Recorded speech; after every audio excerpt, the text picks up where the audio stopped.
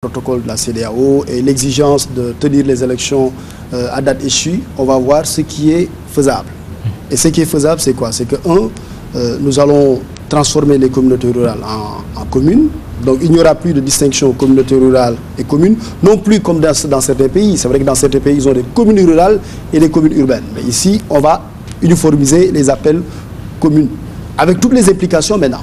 Parce que quand vous créez une commune, la commune a plus de ressources, il y a aussi des adaptations à faire, parce que les communes et les communautés rurales n'ont pas toujours les compétences, parce qu'elles ne vivent pas toujours les mêmes réalités. Deuxième chose qu'on va faire, c'est ériger le département en collectivité locale. Parce que le département a été jusque-là une circonscription administrative, mais une circonscription assez stabilisée. Et on a remarqué aussi que les Sénégalais sont très attachés aussi à leur département. On s'est dit, bon, le département, donc, va désormais être une collectivité locale administrée par des élus. Donc le département ne va plus être une simple circonscription administrative, mais ça va aussi être une collectivité territoriale. Ensuite, dans la première phase, on garde les domaines de compétences qui sont transférés, les 9 domaines de compétences qui sont transférés. On va juste procéder à une autre répartition des compétences. Parce que comme on crée une nouvelle échelle de collectivité locale qui est le département, on va avoir la commune qui est la collectivité locale de proximité, le département qui est une collectivité locale intermédiaire et la région qui est la collectivité locale d'harmonisation. Donc on va... il y a beaucoup de compétences. Les arrondissements disparaissent. Non, les arrondissements en tant que circonscription administrative, il y avait des débats. Oui, il y avait des débats. Oui. Certains avaient suggéré la suppression de l'arrondissement, avec des arguments, un argumentaire très sérieux. D'autres avaient plutôt estimé que c'est la base, quoi, c'est l'ossature de l'administration sénégalaise. Et finalement, l'option a été faite de garder les arrondissements en tant que circonscription administrative. Et donc, les départements vont être érigés en collectivité locale. Il y a des compétences qui n'étaient pas très bien exercées au niveau des communes qui vont remonter au niveau des départements. Il y a des compétences, et ça, le président Babacar Gaye a raison, des compétences que nous avons, dans le cadre du comité de pilotage, jugé opportun plutôt de confier à la nouvelle collectivité locale qu'est le département. Par exemple, la gestion des hôpitaux départementaux, notamment la gestion des lycées, etc. Et maintenant, à la région, la région aura essentiellement des compétences maintenant en matière de planification, en matière d'aménagement du territoire, en matière environnementale. Vous parlez de pôle territoire. Oui, justement. Maintenant, phase 2. Oui. Dans la phase 2, maintenant, on reprend le débat sur les pôles. Mais en n'imposant pas une conception administrative des pôles.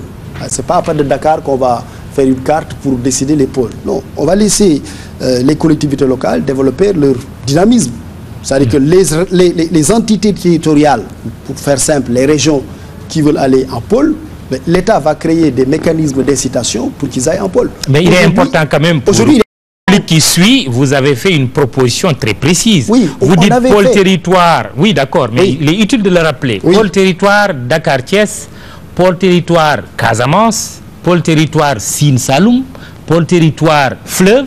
Oui. Vous y mettez Matam, Podor, Saint-Louis, pôle territoire Sénégal oriental, donc on retourne. Et puis l'autre pôle territoire, c'est région de Diourbel et de Louga.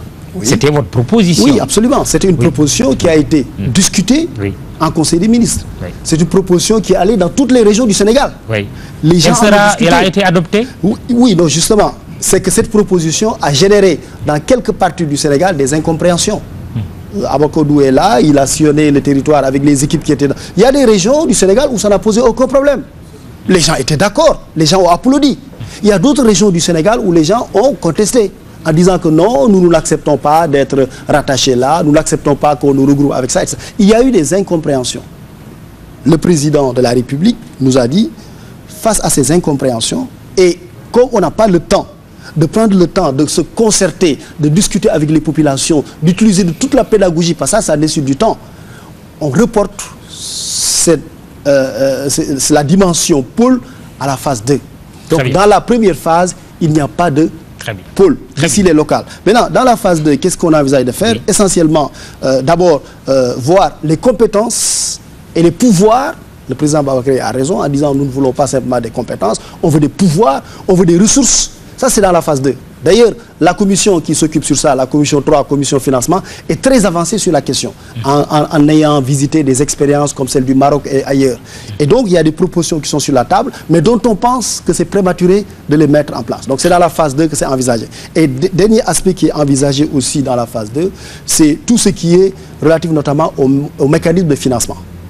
Parce que là aussi, la réforme envisage des innovations en termes de mécanismes de financement des collectivités locales. Il y en a 2 qui existent, qui sont connus, le fonds de dotation, le fonds d'équipement des collectivités locales. Mais il y a d'autres qui sont envisagés, notamment la création d'un fonds intégré, la promotion du PPD, PPP, etc.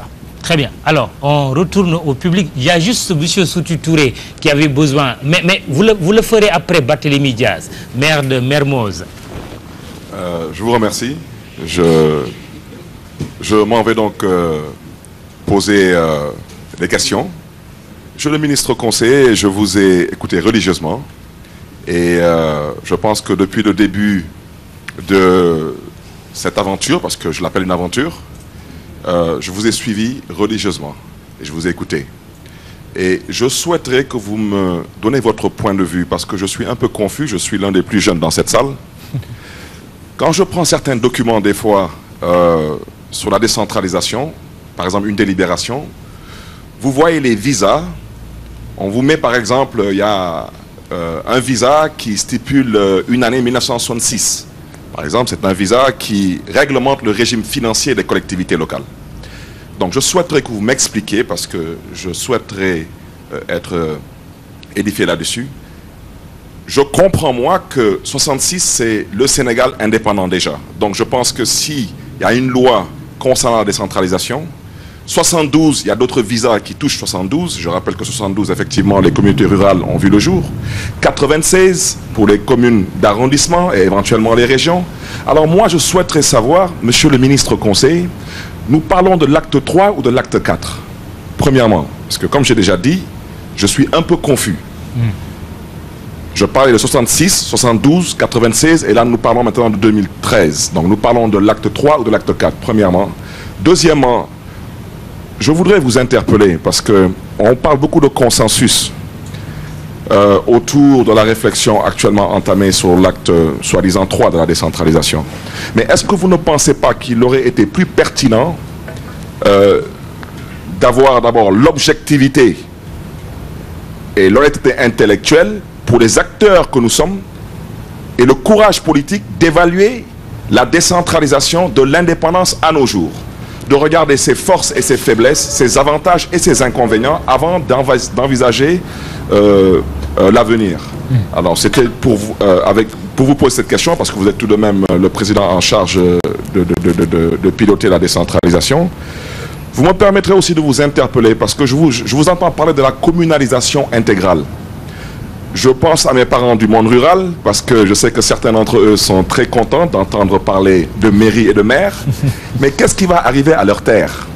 Parce que nous, en milieu urbain, nous sommes conscients que nous n'avons pas comme compétence transférée de gérer les terres au niveau des mairies. Et je pense que la plupart des maires, malheureusement, qui ont des difficultés avec la justice, ça relève souvent du foncier. Mais je rappelle que nous, on n'a pas autant besoin du foncier que les communautés rurales, parce que nous avons des marchés, nous avons des gares routières, nous avons des restaurants, des boîtes de nuit, nous avons d'autres sources de recettes.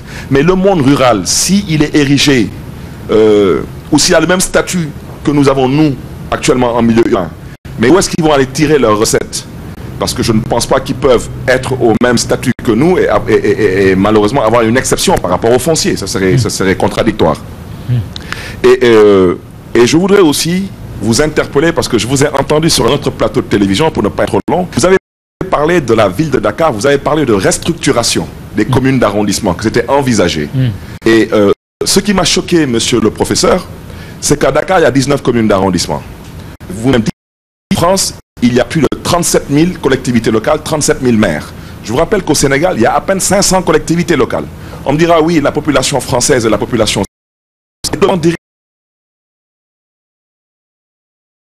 Diriger certaines activités en commune.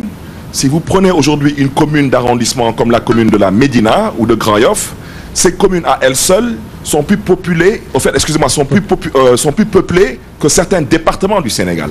Donc je crois qu'aujourd'hui à Dakar, quand on parle des communes d'arrondissement, nous devons, de mon humble point de vue, parler en termes d'élargissement des communes d'arrondissement et non en termes de restructuration. Sur quelle base vous vous êtes fondé pour envisager une restructuration de la ville de Dakar au point de parler de 4 communes d'arrondissement éventuellement? Et là, vous me permettrez éventuellement d'avoir une réflexion politique. Oui, dernière rapidement, chose. vous comprendrez aisément que pour prendre la ville de Dakar, à l'heure où je vous parle, pour la prendre, il faut au moins avoir 10 profils, hommes et femmes capables de prendre 10 communes d'arrondissement. Donc si je reviens aux 4 communes proposées qui correspondent aux 4 sous-préfectures de Dakar, ce serait beaucoup plus simple de prendre la ville parce qu'à ce moment, on ne recherche que 2 plus 1, ça fait 3.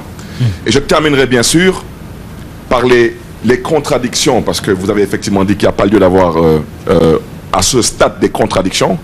Je serai moi obligé de choisir le camp des contradictions parce que je sais que vous n'êtes pas un homme politique, mais nous le sommes. Et je vous rappelle que c'est le président qui définit la politique de la nation. Et nous n'avons pas été associés, monsieur le ministre conseiller. Puis membre de l'AMS, je suis vice-président de l'AMS. Je siège dans le siège.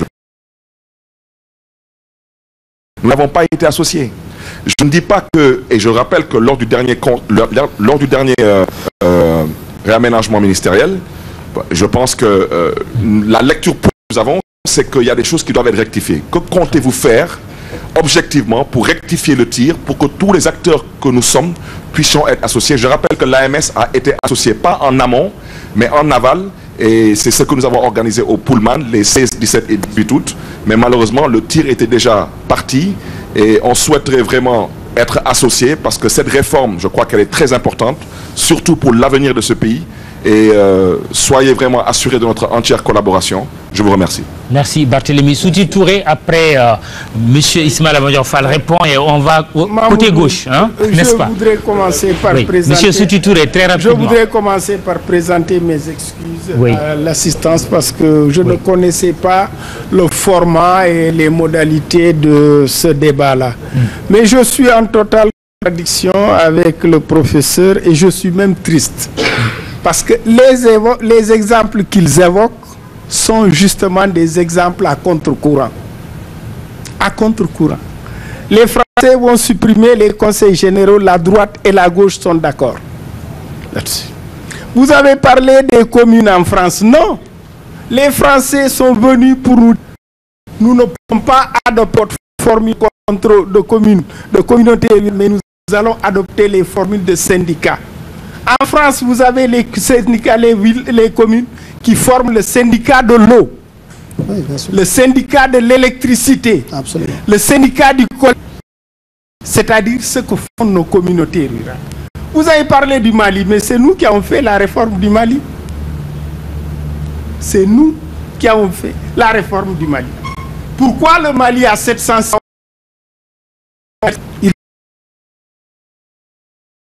Ils en sont arrivés à 706 communes parce qu'ils ont 1 million et quelques de kilomètres carrés. Voilà la différence entre nous. Vous avez parlé du Burkina. Le Burkina est venu faire ici 48 heures et ils sont partis avec notre document. Ils n'ont pas créé de communes, ils ont créé des communautés de développement de la base. Et ils gagnent du temps. Nous prenons du temps à réfléchir. On n'exécute jamais. Eux, ils viennent, ils prennent et ils exécutent. Attendez, Mahmoud. Ce dont ils parlent, c'est superficiel. Ils ont réuni des acteurs qui défendent des intérêts de corporations. Ils ont réuni des acteurs qui... Les Landes. Mon ami Babacar a parlé des Landes. Mais la réforme de la décentralisation, je ne parle pas de l'aspect décentralisation technique qui s'applique aux sociétés pour conduire une mission d'action publique centrale. Mais la réforme territoriale, elle a besoin de consensus à la base. Nous avons besoin de l'adhésion des populations à la base. C'est indispensable. Il faut qu'on descende à la base. C'est ça que je voulais dire. Ils ont parlé des pôles. Et dire que et laisser un peu au hasard les régions. Mais les deux vocations, la Casamance va être une. Vous savez, les deux vocations qui sont assignées aujourd'hui aux régions de la Casamance, je ne parle pas de Sédhiou. Quand je défendais le plan national d'aménagement du territoire. C'est Kolda, métropole sous-régionale de stabilisation pour l'influence du Sénégal. Ziguinchor, métropole sous-régionale pour stabiliser et élargir l'influence du Sénégal. Vous allez les fusionner. Qu'est-ce que vous allez faire de l'influence de Kolda?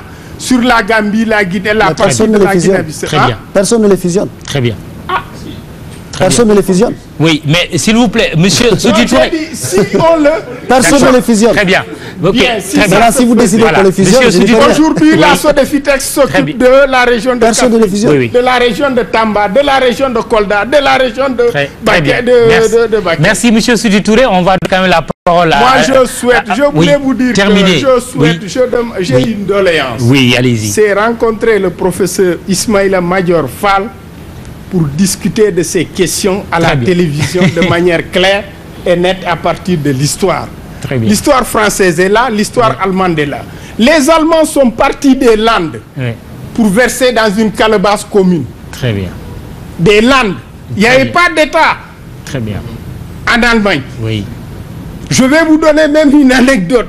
J'ai un président de conseil régional à qui on a rendu les honneurs en Allemagne. Vous voulez aboutir à ça? Très bien. Merci, monsieur Sédhiou Touré. Je pense que le débat est déjà là. Oui, s'il vous plaît, monsieur Touré. Oui, monsieur Touré. Monsieur le ministre. Voilà. Monsieur Sédhiou Touré, voilà. Merci. La parole à Ismaïla Madior Fall. Et puis on donnera la parole à la gauche. Hein? Voilà. Bon, très rapidement. Très rapidement. Oui, allez-y. Très rapidement, mais je voulais préciser quand même une chose. Oui. Moi, je ne représente pas ici le gouvernement du Sénégal. Oui, Ismaïla Madior Fall, oui. Il y a un ministre de l'aménagement du territoire et des collectivités locales qui est habilité à parler au nom du gouvernement du Sénégal. Moi, je suis président du comité de pilotage. C'est un organe indépendant qui réfléchit sur la réforme, qui fait des propositions au ministre. Le ministre fait des propositions au président. Je ne suis pas le représentant du gouvernement. Ça doit être clair. C'est pour ça que je disais au début que, bon, je ne voulais pas qu'on croie que j'ai été choisi parce que je suis ministre conseiller juridique du président. Il n'y a pas de rapport. Bon, on peut discuter, monsieur le ministre, si vous voulez, sur la décentralisation. Mais oui, parce que vous savez, les Landes, ce n'est pas des collectivités locales au Sénégal. Les Landes, c'est des États. Oui, les provinces au Canada, c'est des États. Les cantons en Suisse, ce n'est pas des collectivités locales, c'est des États. La Belgique est devenue aujourd'hui un État fédéral. Les régions belges sont devenues des États. En Espagne, bon, vous avez maintenant l'État autonomique, les collectivités locales sont très indépendantes. Non, on peut mener ces débats théoriques si vous voulez. Mais ce que je suis en train de dire, c'est que Barthélémy Diaz a posé des questions qui me semblent extrêmement pertinentes. C'est le problème de la communication. Il a raison. Quand il dit, vous n'avez pas assez communiqué, on n'a pas été suffisamment associés. Je dis, nous, c'est le comité de pilotage. Nous, le comité de pilotage, encore une fois, nous réfléchissons sur des propositions, nous validons et nous transmettons au ministre. C'est le ministre, il appartient au ministre et au président de la République de mener la concertation, notamment avec les acteurs politiques. Et ça va arriver. Le ministre de l'aménagement du territoire et du collectif local doit rencontrer aujourd'hui même les élus. Il va y avoir une série, de rencontres. Rencontres à la fois avec les associations d'élus locaux. On ne va pas simplement... Mais, dans un premier temps, comme on ne pouvait pas rencontrer tous les élus locaux, on s'était dit, on va travailler avec les élus qui vous représentent. Bon, parce qu'on nous avait dit quand même que ceux qui vous représentent dans le comité de pilotage sont mandatés pour le faire.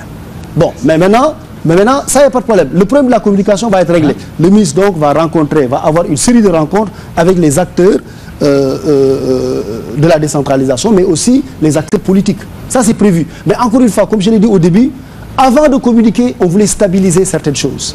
On voulait avoir des conclusions provisoires pour avoir de la substance et communiquer. Aujourd'hui, quelqu'un l'a relevé, on a une cellule de communication qui va commencer à partir de la semaine prochaine à avoir un plan de communication.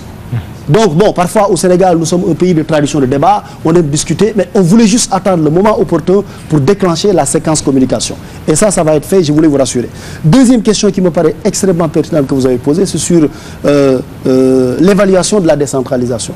Vous avez raison de dire qu'il n'y a pas peut-être une systématisation de toutes les évaluations de la décentralisation.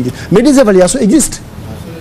Vous avez, oui, absolument, vous avez des connaisseurs de la décentralisation qui sont là. Ils peuvent vous dire aujourd'hui, sur tous les segments, tous les aspects liés à la politique de décentralisation au Sénégal, il y a des évaluations sur les compétences transférées, sur le problème des finances locales, sur l'intercommunalité, etc. Il y a des évaluations qui existent. Maintenant, vous avez raison de citer tout à l'heure sur le règlement financier, le texte de 1966, qui est assez vieux. Mais vous savez, actuellement, il y a une directive de l'UEMOA qui est en cours de transposition et il va y avoir un nouveau régime financier des collectivités locales. Il y a un spécialiste des finances locales qui est là, qui pourra tout à l'heure en parler. Mais le régime financier des collectivités locales va changer. avec la directive UEMOA de 2011 qui est au Sénégal en cours de transposition. Je finis par la question importante que vous avez posée sur le foncier. Ouais. Sur le foncier, nous-mêmes au niveau du comité de pilotage, on a discuté. Et la question que vous avez posée, qui n'est pas une question d'ailleurs, mais qui est une problématique, a été soulevée au niveau du comité de pilotage. Mais qu'est-ce que nous avons dit? Nous avons dit qu'il y a une commission qui est actuellement chargée de réformer, de réfléchir sur la réforme foncière au Sénégal.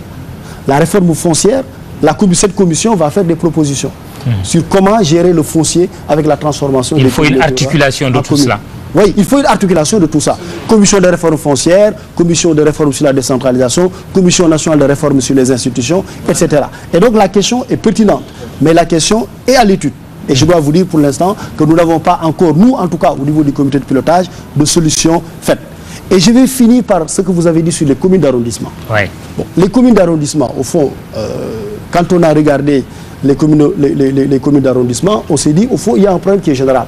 Vous savez, tout à l'heure, on n'a pas eu le temps de faire le diagnostic de la politique de décentralisation. Si on avait du temps, on aurait pu le faire et prendre point par point et dire ce qui a marché et ce qui a moins bien marché ou n'a pas marché. Mais on s'était dit, on a remarqué que les collectivités locales au Sénégal, de façon générale, ne sont pas viables. En général, bon, il y en a évidemment quelques qui le sont, notamment les communes d'arrondissement. Et c'est au niveau des comités de pilotage, 19, c'est quand même un nombre assez élevé de communes d'arrondissement. Certains disaient qu'il faut redimensionner. Il y a une étude qui a été faite par l'association des présidents de région, je crois, qui a fait une étude où on propose 8 communes d'arrondissement, avec chaque commune d'arrondissement avec une ouverture sur la mer. Tout ça a été discuté, parce qu'au fond, le comité de pilotage, c'est quoi? C'est un laboratoire dans lequel on discute. Mais finalement, la résolution qui a été faite, c'est quoi? C'est de dire, on ne pas aux limites actuelles et au nombre actuel des communes d'arrondissement. Mais finalement, donc, on a un État qui a peur d'assumer ses responsabilités. Non, vous reculez surtout. Non, ce n'est pas une question de reculer, parce qu'il n'y avait pas de décision. Il n'y avait pas de décision prise. Pourquoi on recule? Il n'y avait pas de décision. On était à l'état de proposition. Bon, de façon scientifique, on dirait d'hypothèse de travail. C'était, on dit, les communes d'arrondissement. Certains ont dit, par exemple, moi je disais, mais pourquoi changer les communes d'arrondissement 19, 18, 20, 28. Bon, moi je pensais que le nombre n'était pas important. Mais finalement, on a dit, on garde le statut quo, les communes d'arrondissement. On va juste clarifier les rapports entre la ville et la commune d'arrondissement, parce que parfois il y a quelques conflits de compétences. Très bien. Alors, qui parle des communes d'arrondissement de Dakar parle de la ville de Dakar, et le sujet que vous allez suivre est tourné par Fatou Kinedem. Les citoyens de Dakar se prononcent et nous donnerons la parole après à notre gauche, et nos deux confrères Pape Amadou Fall et Daouda Mine se préparent pour leurs questions. Sujet de Fatou Kinedem.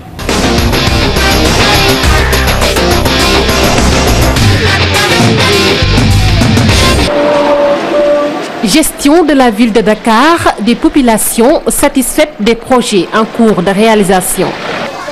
Les rues, pour les marcheurs, je ne sais pas pour les wanderers. Les rues, nous avons commencé à dégager. C'est très bien, nous avons continué. Les rues qui sont aussi éclairées, comparativement à avant, où les rues n'étaient pas si bien éclairées. Le déguerpissement des voies publiques, hein, le pavage des grandes mosquées, des lieux de culte et tout ça, hein, alors l'assistance aux nécessiteux, hein, les personnes âgées. Parfois, priorité oblige, du coup, des compétences sont transférées aux mairies d'arrondissement. Seulement, la proximité de ces dernières est remise en cause. Les mairies d'arrondissement, l'occupation anarchique des rues, parce qu'une mairie qui n'a pas de ressources, il faut chercher les ressources. Il faut chercher les ressources. Comment chercher les ressources? C'est-à-dire permettre aux ambulants d'occuper la rue pour pouvoir avoir les taxes journalières, pour remplir leurs caisses. Toutefois, des attentes sont émises, entre autres, un environnement plus propre. Par ailleurs, la ville de Dakar devrait s'impliquer davantage dans des secteurs prioritaires. Il y a le problème des ordures. Alors ça pose énormément de problèmes. Il faudrait vraiment qu'il y ait une bonne politique concernant ces ordures. Parce que notamment, je sais qu'il y a l'entente Carcarac, mais je crois qu'ils peuvent mieux faire. Ils peuvent mieux faire parce que vraiment c'est un casse-tête au niveau de Dakar. Au point de vue voirie, il y a beaucoup à faire. Les gens, les habitants se plaignent beaucoup. Il faut mettre un grand accent sur la santé. Parce que la santé, c'est le développement d'abord, et puis l'éducation. Il faut mieux éduquer et la formation professionnelle.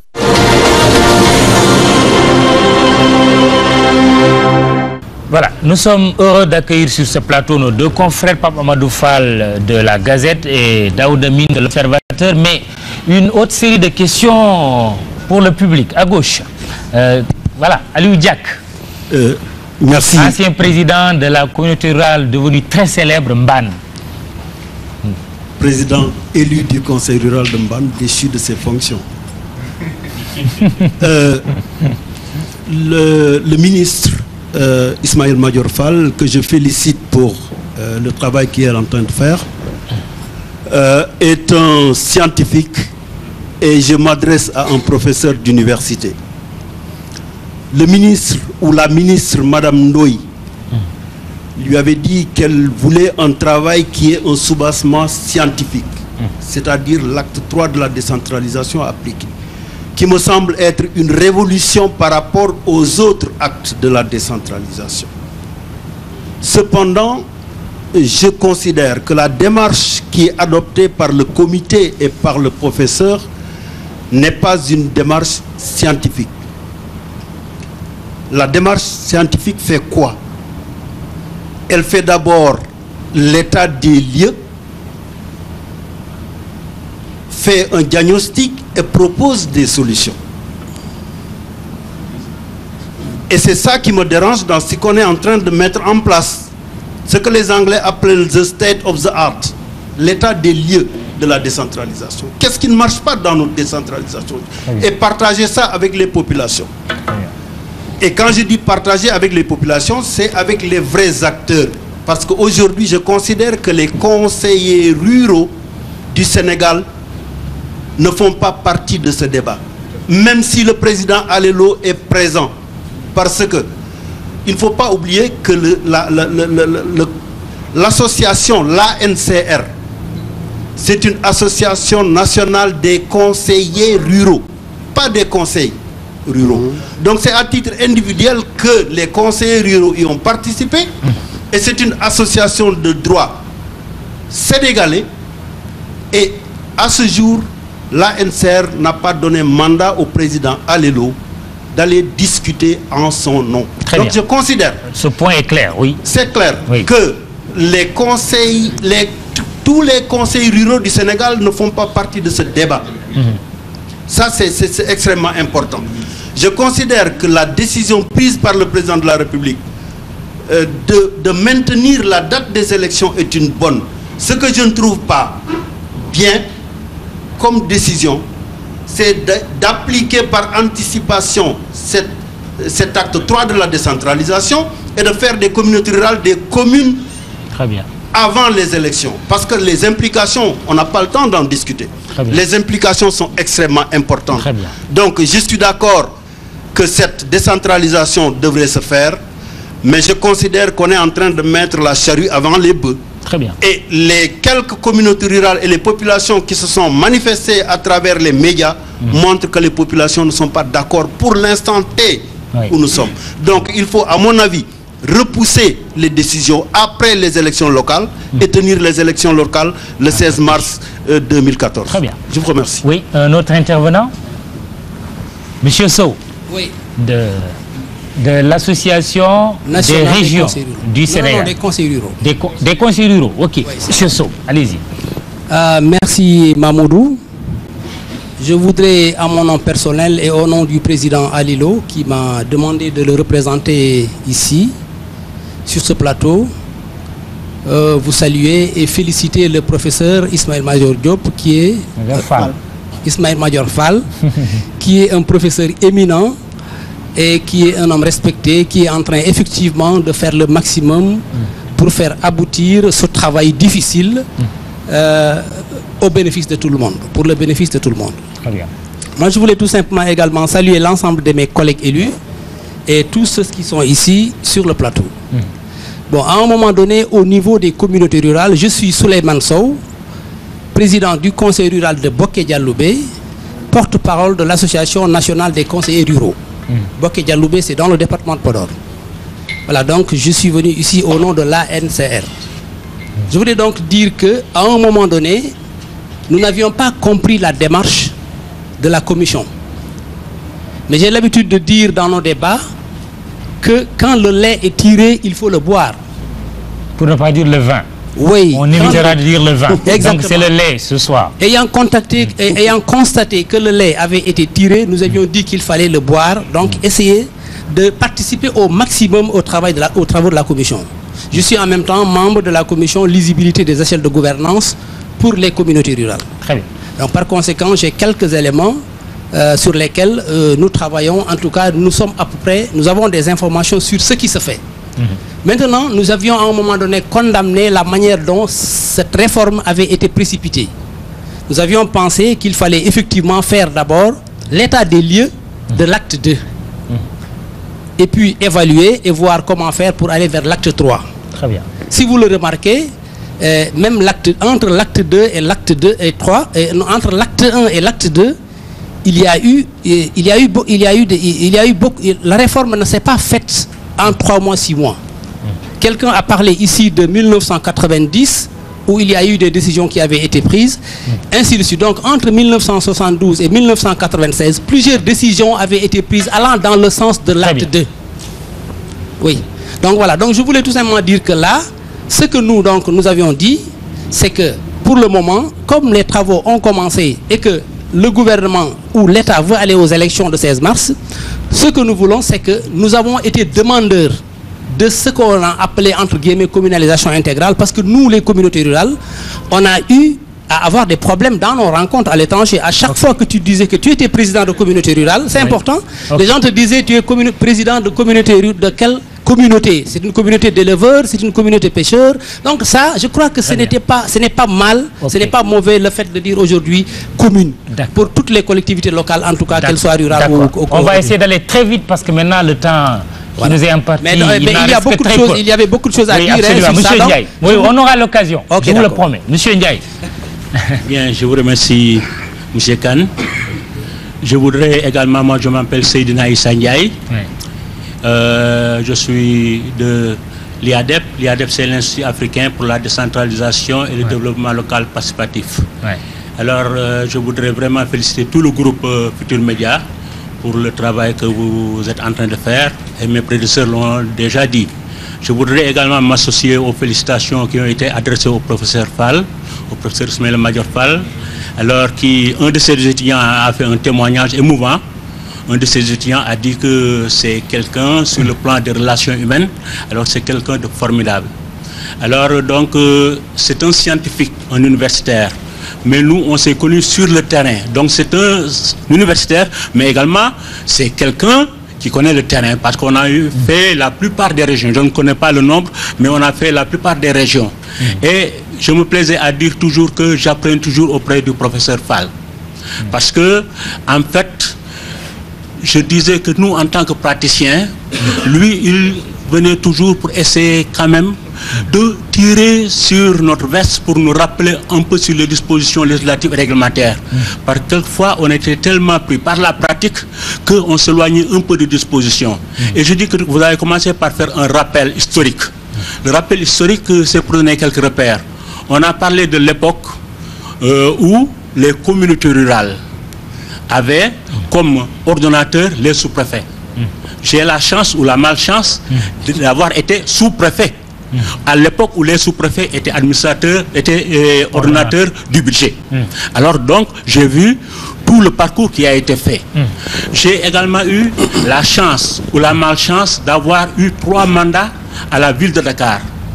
3 mandats, dont les 2 en tant que président de la commission des finances et le 3e en tant que maire de la commune d'arrondissement de Yoff. Donc là également, j'ai vu l'évolution sur le plan de la décentralisation, parce que là-bas, quand j'étais sous-préfet, c'était l'évolution sur le plan de la déconcentration. Et l'un ne peut pas aller sans l'autre. Pour qu'il y ait une bonne décentralisation, il faut qu'il y ait une bonne déconcentration. Et tout à l'heure, j'ai entendu, chacun a voulu défendre avec beaucoup d'arguments sa position. Et c'est pourquoi je dis qu'il ne faut pas qu'on se presse. Et moi, je suis heureux de voir que le comité de pilotage, tout comme le chef de l'État, tout comme les membres du gouvernement, ont accepté que certaines dispositions soient reportées après les élections. Je donne l'exemple de la réforme de 1996, parce que c'est avec la réforme de 1996 qu'on a créé les communes d'arrondissement, et nous avons été les premiers cobayes, parce que nous avons été les premiers maires de communes d'arrondissement en 1996. Le discours du chef de l'État, à l'époque, le président Abdou Diouf, c'était la veille du 4 avril, donc le 3 avril 1992, où il avait lancé, pour dire qu'en fait, depuis 1872, le Sénégal vit la décentralisation. On l'a rappelé tout à l'heure. Après l'indépendance, il y a eu des évolutions. Il y a eu bien sûr des problèmes. En 1972, il y a eu la création des communes rurales. Alors il a dit, depuis 1992, qu'il fallait qu'on essaie de faire une évaluation. À l'époque, on parlait encore de l'évaluation et de voir comment améliorer la décentralisation, parce que c'est une option irréversible. Quel que soit le régime au Sénégal, on a connu le régime socialiste, le régime d'Abdoulaye Wade, actuellement le régime du président Macky Sall, mais celui qui va venir aussi, la décentralisation sera toujours à améliorer, mais il restera. À l'époque, le problème qui a été fait, on a eu 4 ans. De 92 à 96 pour réfléchir sur comment améliorer, et les textes sont sortis en 96 pour être appliqués le 1er janvier 1997. Donc je dis qu'en fait, et c'est par là que je vais terminer, parce que le professeur a rappelé qu'il y a effectivement, lui il est au niveau du comité de pilotage. Ensuite, en dessous du comité de pilotage, il y a quand même le comité technique, constitué par des techniciens sous la présidence ou sous la coordination de notre collègue Étienne Turpin. Donc des techniciens venant de tous les ministères, venant de tous les ordres de collectivités locales. Moi, je travaille au niveau de la commission numéro 3, où on parle des problèmes de développement économique, de financement des collectivités locales. Alors, et à ce niveau, je voudrais terminer cette phrase, si vous permettez. À ce niveau, non seulement il y a des maires qui étaient en exercice et qui ne le sont plus, mais il y a des maires qui sont actuellement en exercice. Il y a des secrétaires municipaux qui étaient en exercice et des secrétaires municipaux qui ne le sont plus. Il y a des ASCOM qui étaient en exercice et qui ne le sont plus. Il y a également des, comment dirais-je, des présidents de région qui étaient en exercice et qui ne le sont plus. Très bien, monsieur Ndiaye, je vous remercie. Pour terminer également, pour vous dire que quand même la réflexion se fait au niveau de la base. Il y a toutes les organisations de la société civile qui sont représentées. Évidemment, c'est comme ici, nous n'avons pas tous le même point de vue. Et on discute, on fait des propositions, et ce sont les consensus qui sont transmis au Monsieur Ndiaye, je vous remercie. La parole à Ismaël Madior Fall, parce qu'il y a nos confrères qui doivent aussi prendre la parole. Ismaël, quand même, sur l'état des lieux, Aliou Diak dit que vous n'avez pas fait l'état des lieux. Il y a aussi M. Sow qui souhaite vivement que l'état des lieux se fasse. D'abord, une réponse sur ça. Bon, d'abord, je dois dire que le président Aliou Diak défend un point de vue. C'est consistant à dire on aurait pu faire les élections à date échue et faire la réforme après. Il y en a qui ont défendu ce point de vue. Mais finalement, ce n'est pas le point de vue qui a été qui a triomphé. Sur l'état des lieux maintenant. En disant qu'on a mis la charrue avant les bœufs. Bon, d'abord, je l'ai dit tout à l'heure. Sur toutes les liées à la décentralisation au Sénégal, il y a des évaluations. Toutes les questions. Il y a des évaluations sectorielles qui existent. Aujourd'hui, au niveau du dispositif qui a été rappelé tout à l'heure, avec les communes thématiques, échelle de gouvernance, cohérence territoriale et financement de la décentralisation, travaillent sur la base d'évaluation. Il y a une littérature comme ça qui va être partagée à partir de maintenant. Il y a des évaluations qui existent. Maintenant, le problème, c'est quoi? C'est que vous savez quand est-ce qu'on a commencé à faire fonctionner le comité de pilotage? C'est avril. C'est ça, Amakodou? Avril. Avril, mai, juin, juillet, août. C'est-à-dire que là, on est dans la réflexion. On est dans la concertation. On discute avec les régionaux de partage. Avant d'envisager la phase communication, il y a encore une fois une phase communication avec l'ensemble des acteurs. Fall, pour les journalistes, ils attendent depuis très longtemps. Papa Amadou Fall, directeur de publication de l'hebdomadaire La Gazette. Merci. Mamoudou, je pense que c'est un débat extrêmement important Parce que c'est l'avenir de tout un pays qui se joue à travers cette réforme. Ouais. J'ai l'avantage, à la grâce de Dieu, depuis 1985, la fête de la réforme à Nioro, la fête de la réforme à Fatick, d'avoir vécu ces moments forts de la décentralisation. J'ai accompagné le processus également en 89 avec la fondation Konrad Adenauer dans la région de Kaolack, quand il s'est agi de mettre en place, ou plutôt d'aller vers des forats pour recueillir le point de vue des populations de manière générale. La réforme a été toujours dynamique. Quand, par rapport à cet acte 3, on nous dit aujourd'hui que oui, c'est des familles qui sont réunies, je suis assez sceptique, hein, professeur. Ça, c'est nouveau. Vraiment, je dis, c'est la base populaire. Quelqu'un l'a dit tout à l'heure. Il faut aller vers les populations parce qu'il y a une très forte attente par rapport à cette réforme. En 2005, je pense que les élus locaux avaient beaucoup élevé la voix pour dire l'évaluation de la réforme. Tout le monde se rappelle ici. La question de transfert de compétences a été un énorme débat. C'est dire qu'il y a d'extrêmes attentes par rapport à tous ces questionnements qu'il y a autour de cette réforme territoriale. Quand vous dites, ok, nous avons réuni les différentes familles, nous avons recueilli... familles d'acteurs. Les familles d'acteurs, c'est ça que je voulais dire. Les familles d'acteurs. Vous avez vu ce qui se passe aujourd'hui dans l'espace. De manière générale, chacun s'approprie des bribes d'informations et c'est le toll général.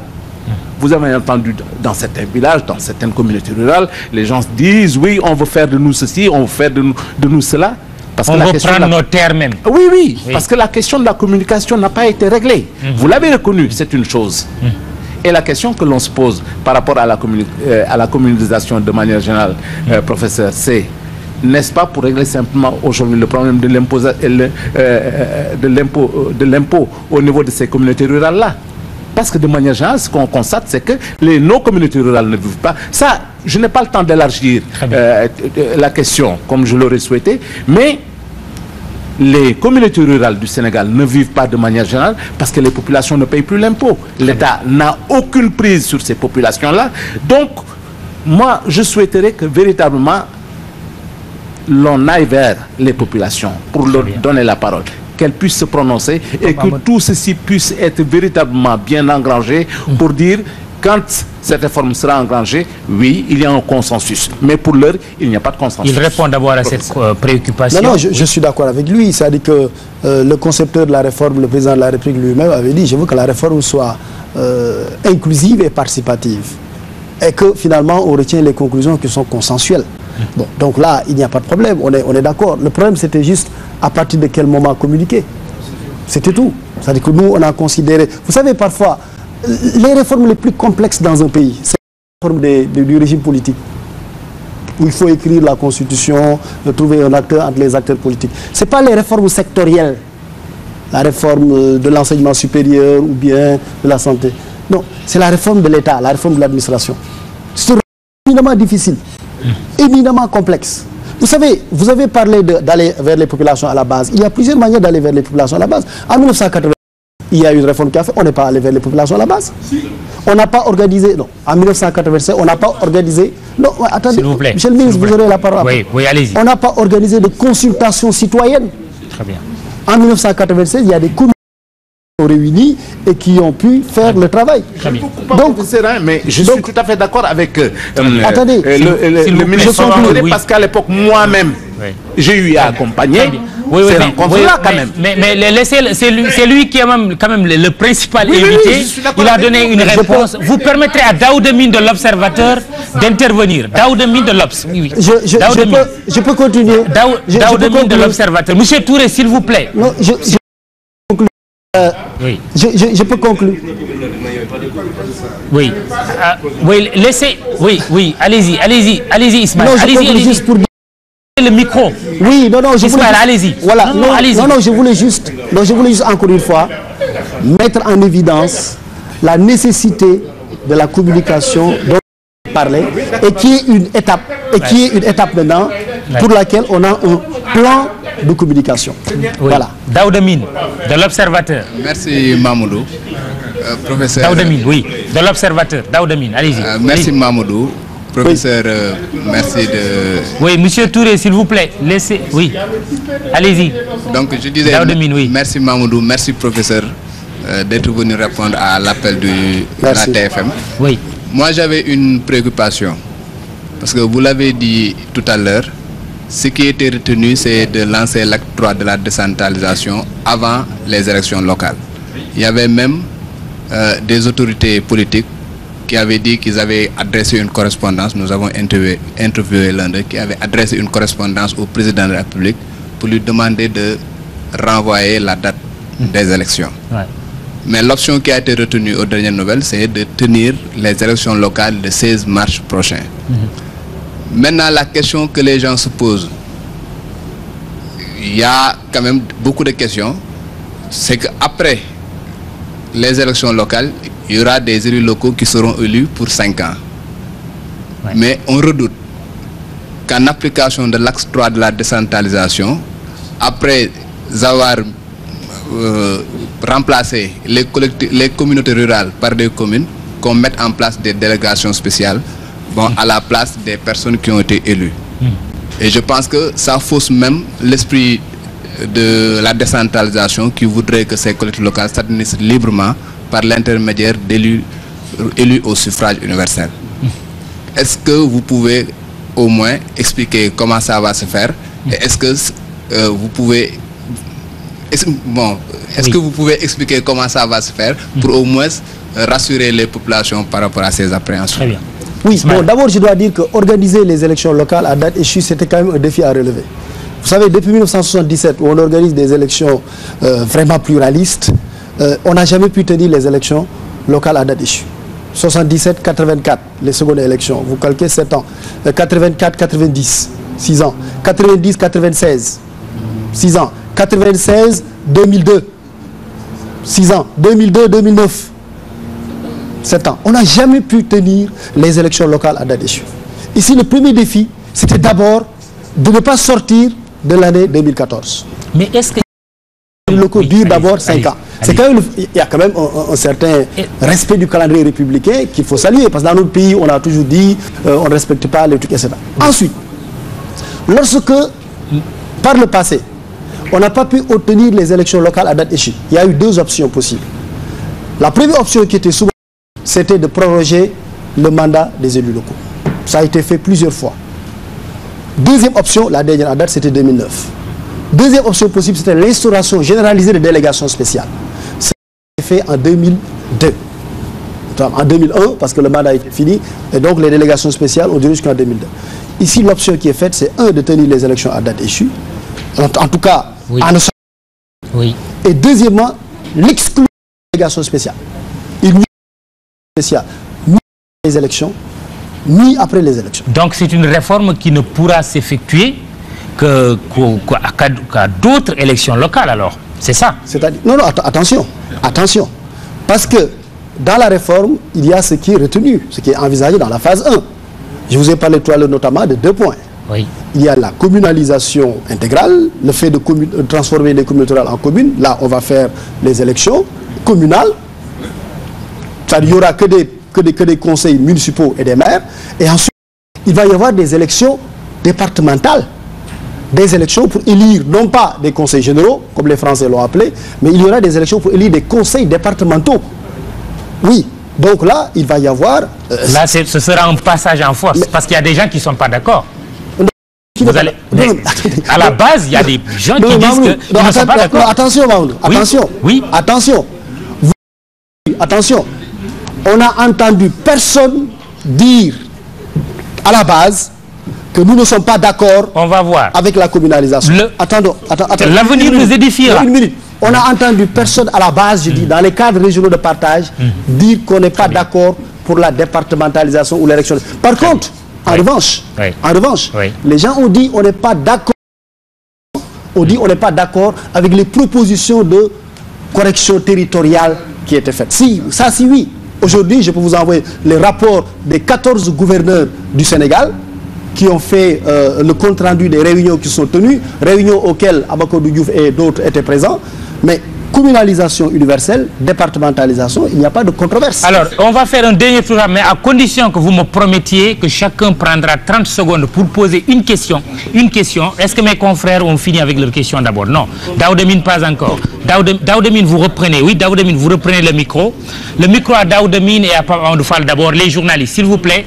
Les journalistes, mais vraiment en 30 secondes, posez votre question et on donnera la parole à Ismaël Madior pour terminer cette émission. Oui, okay. Daouda. L'autre question que je voudrais poser, parce qu'il est ressorti des débats que pour au moins respecter le vœu du président de la République, il faut qu'on couple la décentralisation avec une sorte de déconcentration. Très bien. Oui. Il faut qu'on le fasse. Maintenant, comment comptez-vous? Quel mécanisme comptez-vous mettre en place pour au moins coupler ces deux concepts-là, en veillant à ce que chacun, que ce soit les élus locaux, que ce soit les représentants de l'administration, puissent avoir leur autonomie dans cette décentralisation. Papa Amadou Fall, on va regrouper les questions et on lui donne la parole. Oui. Une question, Amadou Fall. Une toute juste. C'est ça. Le gouverneur, qu'est-ce qu'il devient? Mais il est là. Très bien. Le gouverneur, qu'est-ce qu'il devient? Le gouverneur, qu'est-ce qu'il devient? Il est là, le gouverneur. Ce n'est pas ce qu'on a... En tout cas, oui, mais attendez. Mais Amadou, quand vous posez aussi une question, on vous donne la réponse. Mais, très bien. Mais maintenant, il ne faut pas dire, ce n'est pas la réponse que je veux. Très bien. Parce que moi, non, je ne vous dis pas, ce n'est pas la réponse que je veux. Oui. Si tu permets. Si tu permets. Parce que dans la hiérarchie des collectivités locales, on nous parle aujourd'hui de la collectivité, la commune. C'est ce qui va rester, parce que la communauté rurale disparaît, l'arrondissement, je pense, le département, le conseil régional. C'est cela que nous allons avoir. Non, il faut choisir. Attendez. Oui, vas-y. Allez, posez la question et laissez-lui répondre. Collectivités locales. L'option qui était également d'avoir un conseil régional qui va avoir à sa tête un président qui va diriger, ce n'est pas par rapport à la déconcentration. Parce que dans le cadre de la déconcentration, je pense que la formulation est faite que le gouverneur ne sera plus là. Ou alors je suis mal informé. Très bien. Alors, professeur, allez-y. Sur les gouverneurs et sur déconcentration et décentralisation. Les deux questions sont liées. Allez-y. Parce que vous savez, la particularité du Sénégal, c'est que c'est un pays où on a une décentralisation et une déconcentration. Il y a des pays où il n'y a pas de déconcentration. Beaucoup de pays. C'est option décentralisation. Ça, si vous c'est eux qui font tout. Comme le président de la République fait tout au niveau national, eux aussi, dans le circonscription, ils font tout. La déconcentration, c'est français. C'est les Français qui ont un système de décentralisation, mais ils disent non, on va avoir à côté un système de déconcentration. On a hérité de ce système. On ne peut pas y mettre une croix du jour au lendemain. Donc on le gère, évidemment. Maintenant, dans cette perspective, il n'est pas question de la disparition, il n'est pas question de la disparition du gouverneur. L'entité région reste, donc le gouverneur reste pour l'instant. Maintenant, dans la phase 2, on verra. Mais dans la phase 1, la région est là, le gouverneur est là. Nous sommes au terme de cette émission, malheureusement. Le débat va se poursuivre ailleurs, sur cette chaîne ou en public, quand il y aura des descentes à la base. Merci d'avoir suivi les affaires de la cité pour ce soir. À très bientôt.